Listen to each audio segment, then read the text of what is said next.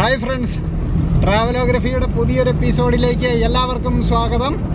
അപ്പോൾ കൊറോണയൊക്കെ കാരണം വീട്ടിലിങ്ങനെ ബോറടിച്ചിരുന്ന ഒരു രക്ഷയില്ല, മടുത്തു. കുറേ ദിവസം ക്വാറന്റൈനിലൊക്കെ ആയിരുന്നു, ചെറിയൊരു ഡെങ്കിപ്പനിയൊക്കെ പിടിച്ചു.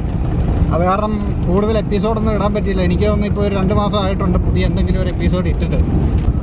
അപ്പോൾ അങ്ങനെ ഇരുന്നപ്പോൾ നമ്മളുടെ വീടിൻ്റെ അടുത്തുള്ള ഒരു മനോഹരമായ ഒരു വെള്ളച്ചാട്ടവും അതുപോലെ തന്നെ ഈ പരിസരത്ത് കാണാനുള്ള ചെറിയ 1, 2, 3 കാഴ്ചകളും കൂടെ നിങ്ങളെ കാണിക്കാം ഈ എപ്പിസോഡിൽ കൂടെ എന്ന് വിചാരിച്ചാണ് ഇപ്പോൾ നമ്മൾ പോകുന്നത്.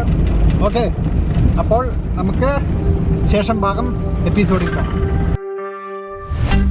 ഇപ്പോൾ വളരെ മനോഹരമായിട്ടുള്ള വഴിയിൽ കൂടിയാണ് നമ്മൾ പോയിക്കൊണ്ടിരിക്കുന്നത്. ചുറ്റും കാടാണ്, 2 വശവും കാടെന്ന് പറഞ്ഞിട്ടുണ്ടെങ്കിൽ ഇതിൻ്റെ ഇടയ്ക്കൂടെയൊക്കെ ആൾതാമസമുള്ള സ്ഥലങ്ങളാണ് കേട്ടോ. പിന്നെ നമ്മളിപ്പോൾ ഈ പോകുന്ന വഴിക്കുന്ന തന്നെ ഒരു ചെറിയൊരു ഡൈവേർഷൻ ഉണ്ട്. ആ മുമ്പിൽ കാണുന്നതാണ് പന്തപ്ര മാമലക്കണ്ടം എന്നൊക്കെ എഴുതി വെച്ചിട്ടുണ്ട്. ഈ ചെറിയ വഴിയിൽ കൂടി വേണം നമുക്ക് തിരിഞ്ഞു പോകാം. ഈ പോകുന്ന വഴി ശരിക്കും പറഞ്ഞിട്ടുണ്ടെങ്കിൽ KSRTC ബസ്സൊക്കെ ഓടുന്ന വഴിയാണ്. പക്ഷേ നിങ്ങൾ കണ്ടാൽ വിശ്വസിക്കില്ല, ഈ വഴി വലിയ ബസ്സുകളൊക്കെ പോകുന്നതാണ്, ബസ് സർവീസ് ഉള്ളതാണ് എന്ന് പറഞ്ഞിട്ടുണ്ടെങ്കിൽ.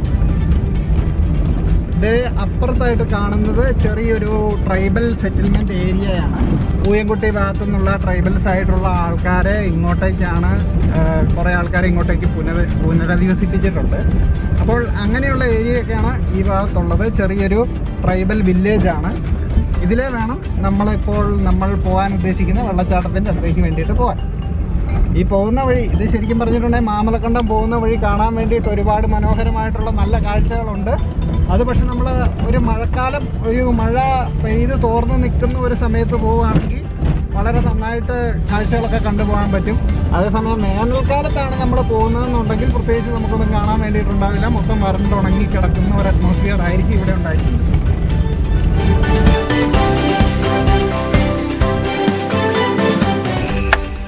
അങ്ങനെ നമ്മൾ ഫൈനലി സ്ഥലത്തെത്തിയിരിക്കുകയാണ്.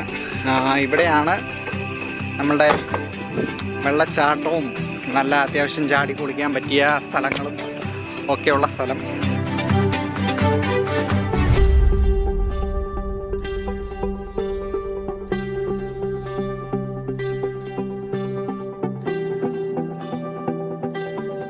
ഇത് ശരിക്കും പറഞ്ഞിട്ടുണ്ടെങ്കിൽ ഈ ആനകളൊക്കെ ഇറങ്ങുന്ന, ഈ സന്ധ്യാസമയമൊക്കെ ആയി കഴിയുമ്പോൾ ഒരുപാട് ആനകളൊക്കെ ഉള്ള ഇറങ്ങുന്ന സ്ഥലമാണ്. ആന, ചെന്നായി അതുപോലത്തെ സാധനങ്ങൾ ഇവിടെ ഉണ്ട്. പിന്നെ ഈ വഴി എന്നൊക്കെ പറഞ്ഞിട്ടുണ്ടെങ്കിൽ ഇവിടെ നമുക്ക് ശരിക്കും പറഞ്ഞിട്ടുണ്ടെങ്കിൽ ഇപ്പം ഞങ്ങൾ വന്ന വഴിയില്ലേ, ഒരു 5 മണി 6 മണി കഴിഞ്ഞിട്ടുണ്ടെങ്കിൽ പിന്നെ ആ വഴിയൊന്നും നമ്മൾ വിശ്വസിച്ച് ട്രാവൽ ചെയ്യാൻ പറ്റില്ല. എപ്പോഴാണ് ഈ വഴിക്കൊന്നും ആന ഇറങ്ങുന്നതെന്നുള്ളതൊന്നും പറയാൻ പറ്റില്ല. അങ്ങനെയുള്ള വഴിയാണ് ഈ കുട്ടമ്പുഴയിൽ നിന്ന് മാമലക്കണ്ടത്തിനുള്ള വഴിയെന്ന് പറയും.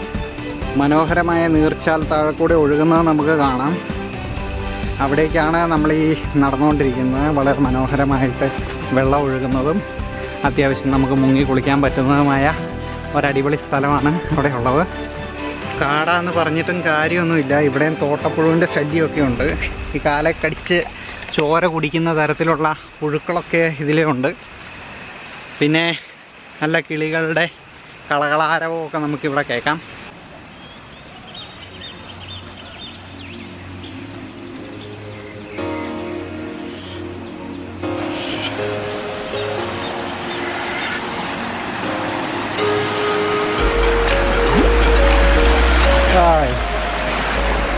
നല്ല തണുപ്പുള്ള വെള്ളമാണ്.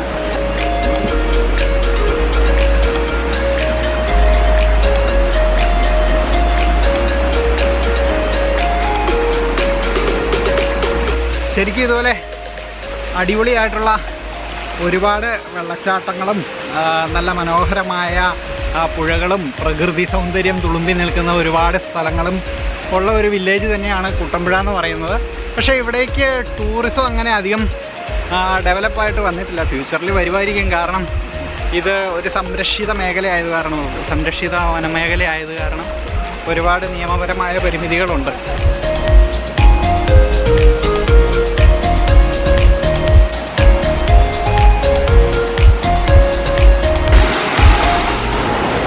ഞാൻ മുമ്പ് പറഞ്ഞ പോലെ തന്നെ വനത്തിനുള്ളിലായതുകൊണ്ടും അതുപോലെ തന്നെ മൃഗങ്ങളുടെയൊക്കെ ഒരു സാന്നിധ്യം ഉള്ളതുകൊണ്ടും ഒത്തിരി ലേറ്റായിട്ടൊന്നും നമുക്ക് ഇവിടേക്ക് വരാൻ വേണ്ടിയിട്ട് പറ്റില്ല. കാണാൻ വിഷ്വലി വളരെ മനോഹരമായിട്ടുള്ള നല്ലൊരു നേച്ചർ, നല്ലൊരു അറ്റ്മോസ്ഫിയറാണ് ഇവിടെ ഉള്ളത്.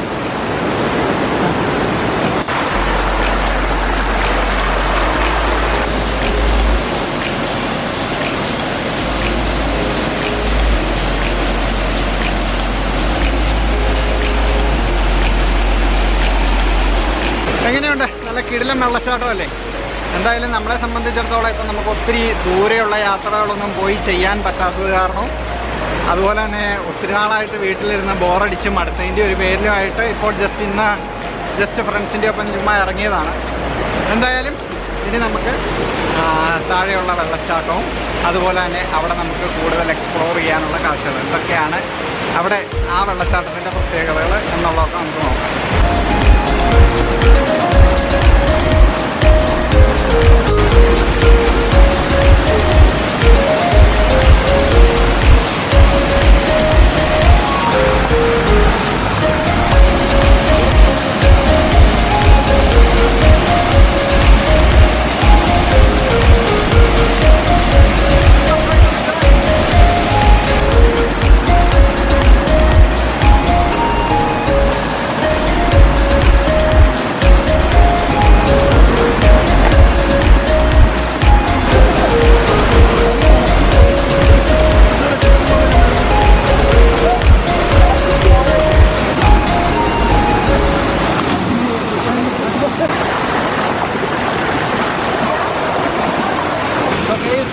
അപ്പോൾ ഞാനും വെള്ളച്ചാട്ടത്തിലൊന്ന് ചാടാൻ പോവുകയാണ്.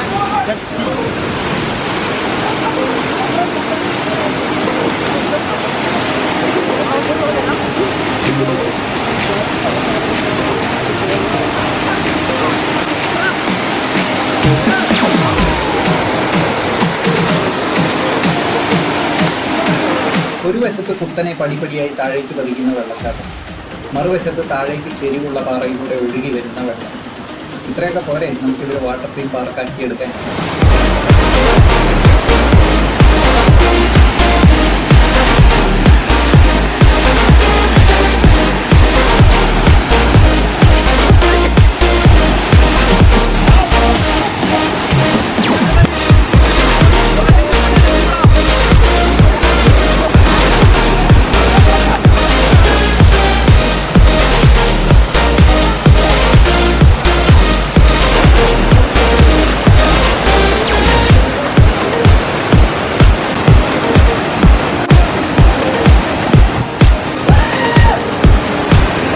വെള്ളച്ചാട്ടത്തിൻ്റെ താഴെ വെള്ളം വന്ന് പതിക്കുന്ന സ്ഥലത്ത് 10 അടിയോളം ആഴമുണ്ട്.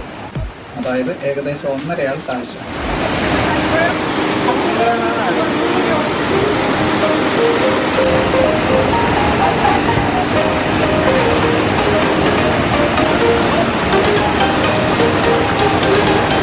ശരിക്കും വാട്ടർ ആക്ടിവിറ്റീസിനൊക്കെ ഇറങ്ങുമ്പോൾ ഗോപ്രോയൊക്കെ പോലെ ഒന്നാന്തരം ആക്ഷൻ ക്യാമറകളൊക്കെ കയ്യിൽ വേണം.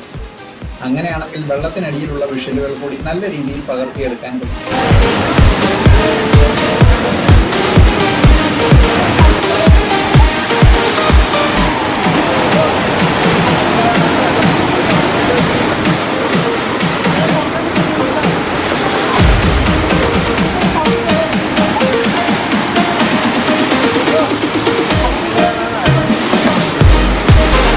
വെള്ളമൊക്കെ നല്ല അടിപൊളി ക്ലിയർ വെള്ളമാണ്.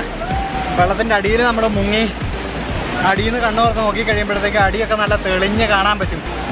ഒരു ഗോപ്രോ ഉണ്ടായിരുന്നെങ്കിൽ സെറ്റപ്പായിരുന്നു. വിഷ്വൽസ് മുഴുവൻ അടിപൊളിയായിട്ട് എടുക്കായിരുന്നു, വെള്ളത്തിൻ്റെ അടിയിലേതും മേളത്തേതും എല്ലാം. ഒത്തിരി ആൾക്കാർ വന്ന് ഇവിടെ എൻജോയ് ചെയ്യുന്നുണ്ട്. സോ നമ്മുടെ ഇന്നത്തെ ഈ വീഡിയോയും വൈൻഡപ്പ് ചെയ്യാൻ സമയമായിരിക്കുകയാണ്. അപ്പോൾ വീഡിയോ നിങ്ങൾക്ക് എല്ലാവർക്കും ഇഷ്ടമായിട്ടുണ്ടെങ്കിൽ തീർച്ചയായും ലൈക്ക് ചെയ്യുക. അതുപോലെ തന്നെ അഭിപ്രായങ്ങളും നിർദ്ദേശങ്ങളും സംശയങ്ങളും എല്ലാം കമൻ്റായിട്ട് രേഖപ്പെടുത്തുക. മറ്റൊരു വീഡിയോയിൽ കാണുന്നവരെ ബൈ ബൈ.